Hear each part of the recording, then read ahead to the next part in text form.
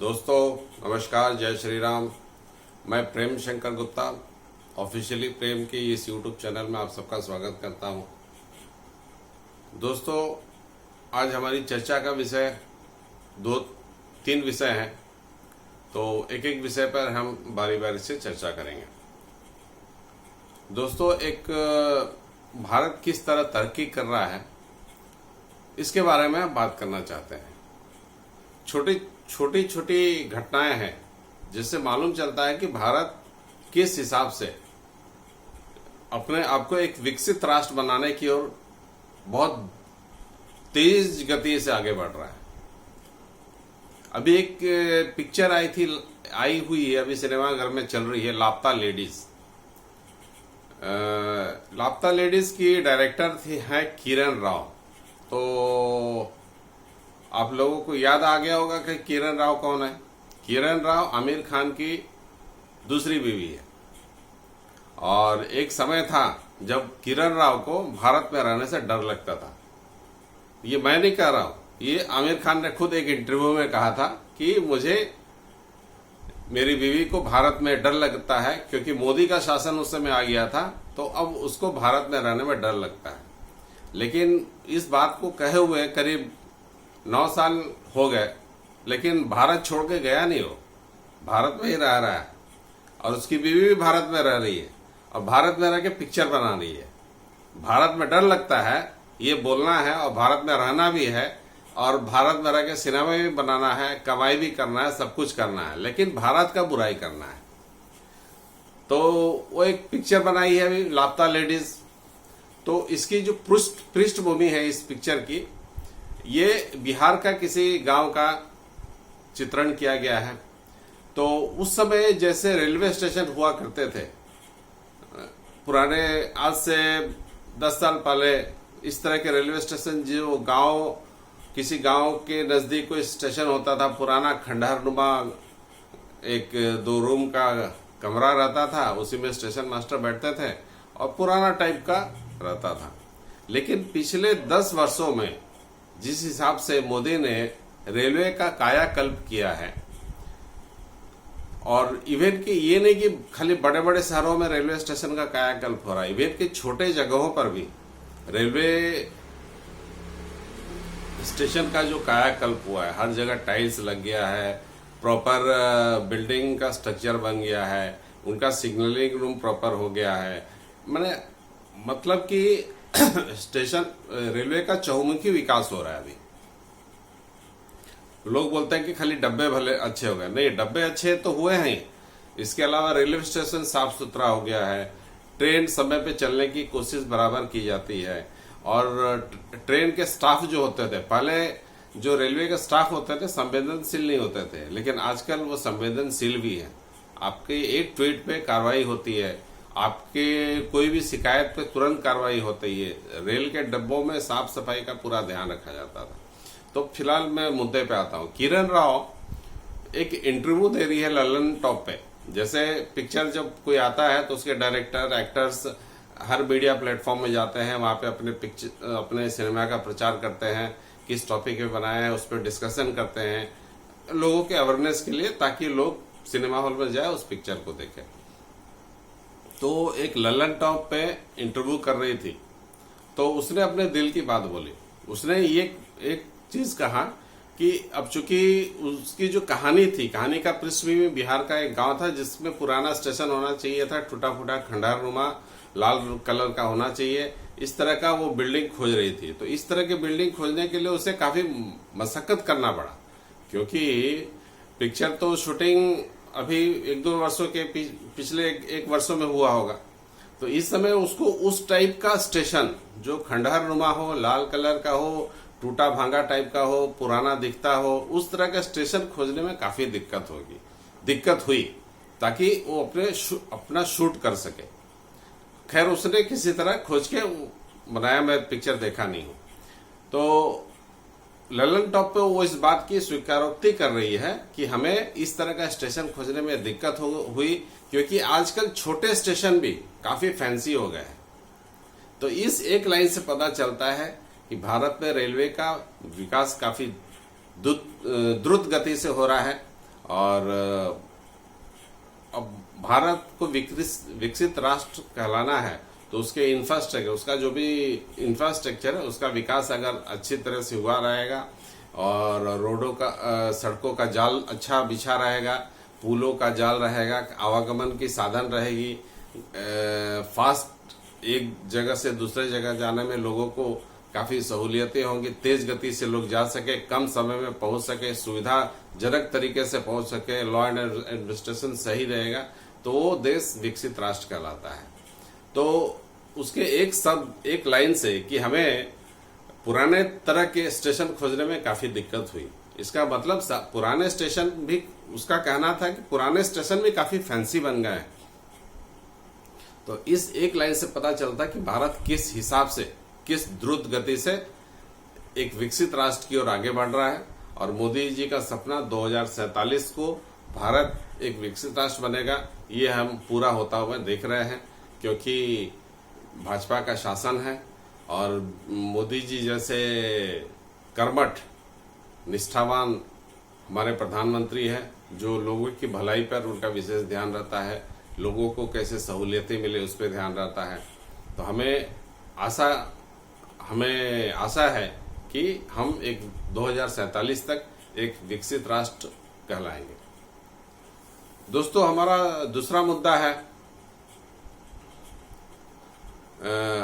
अभी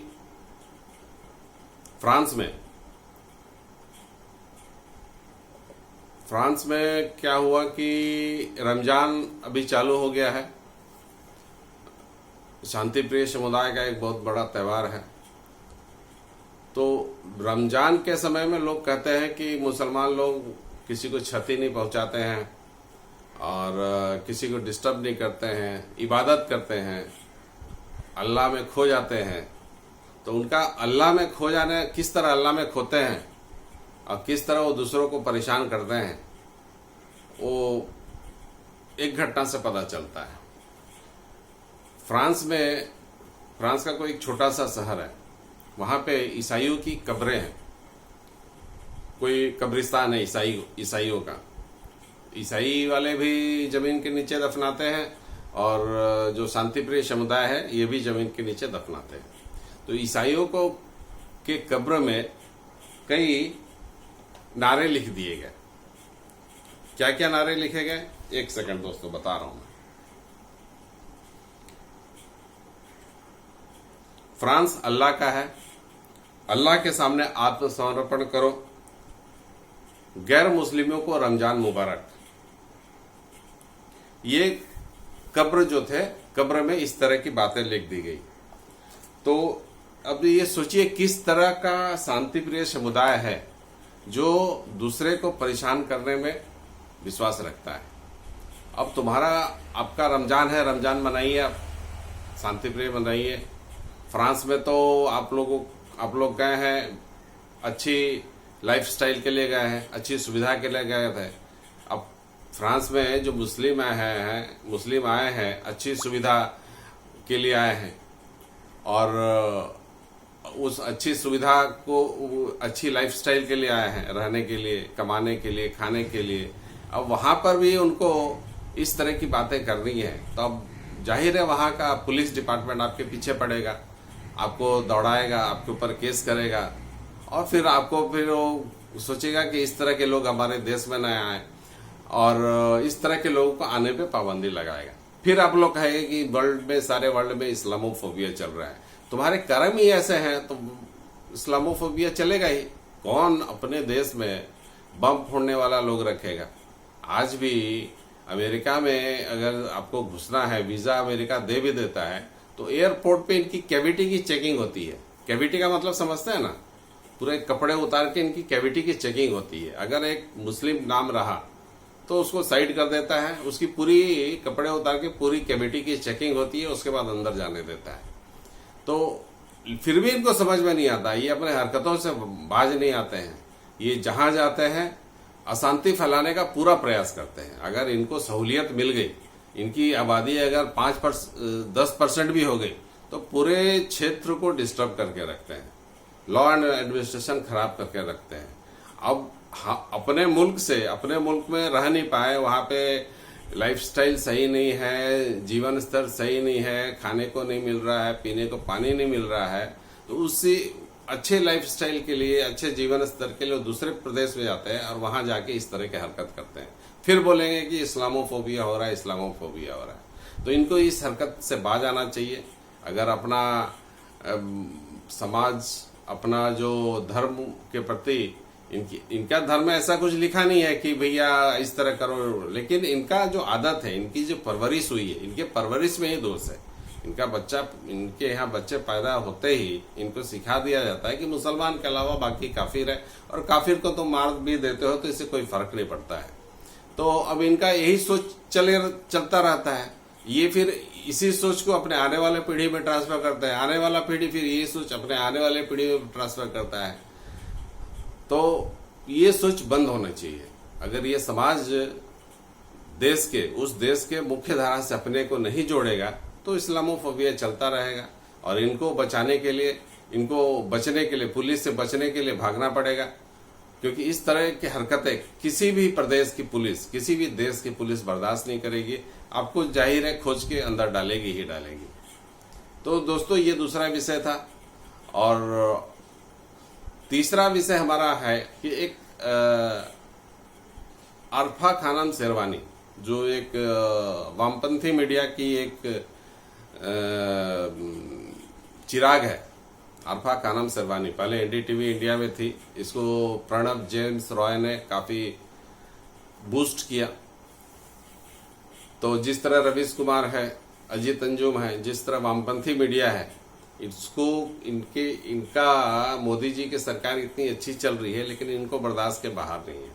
तो ये हमेशा कुछ न कुछ क्या, हमें मोदी जी के हर चीज में इनको बुराई नजर आता है। तो अरफा खानम शेरवानी किसी मीडिया समूह में है, जो कि उपलब्ध है, इंटरनेट पे उपलब्ध है, उनका वेबसाइट चलता है, उसमें इंटरव्यू वगैरह आते रहता है इनका।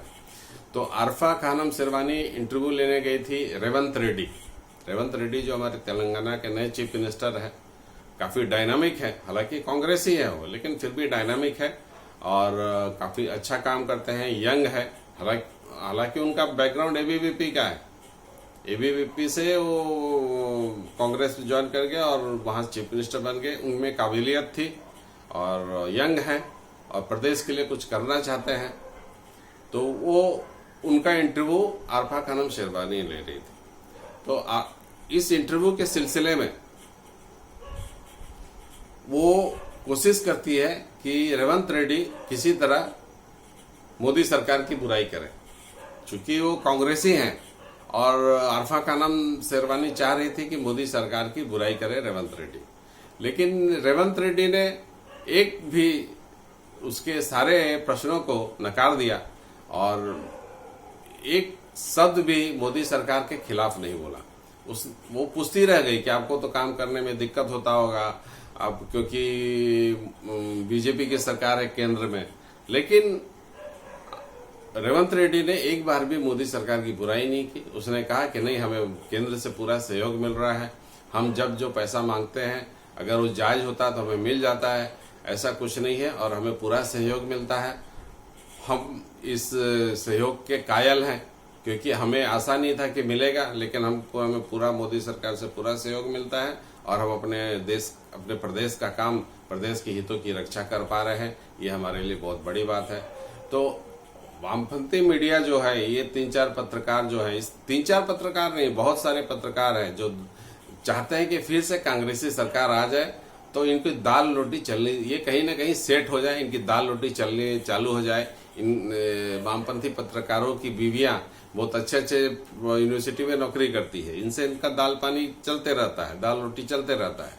तो ये भी चाहते हैं कि इस तरह कांग्रेसी आए तो इनकी दाल रोटी सेट हो जाए, क्योंकि कांग्रेसी सरकारों ने इनको इतना तुष्ट किया है कि वो आज भी उन दिनों को याद करके अपने टसुए में आते हैं। जब जहां मौका मिलता है तो उनको याद करते हैं। जैसे एक विनोद शर्मा है, वो हिंदुस्तान टाइम्स में पॉलिटिकल एडिटर है, लेकिन एक बार भी बीजेपी के पक्ष में नहीं बोलते हैं। हालांकि बीजेपी ने काफी अच्छा काम किया है, लेकिन एक बार भी बीजेपी के पक्ष में नहीं बोलते हैं। चैनल्स में आते हैं और जब होता है मोदी सरकार की बुराई ही करते हैं।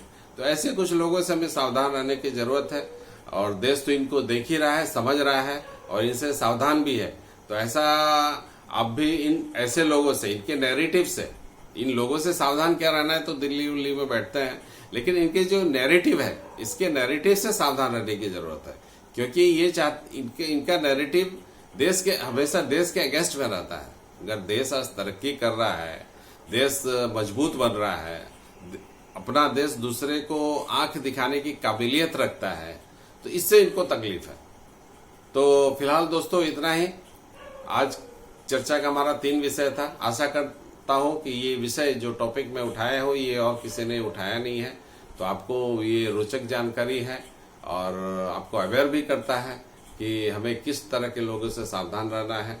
और आने वाले दिनों में और भी रोचक न्यूज़ आपके सामने में लेके आता रहूँगा, और आशा करता हूँ आप लोग हमें पूरा समर्थन देते रहेंगे। दोस्तों नमस्कार, जय श्री राम।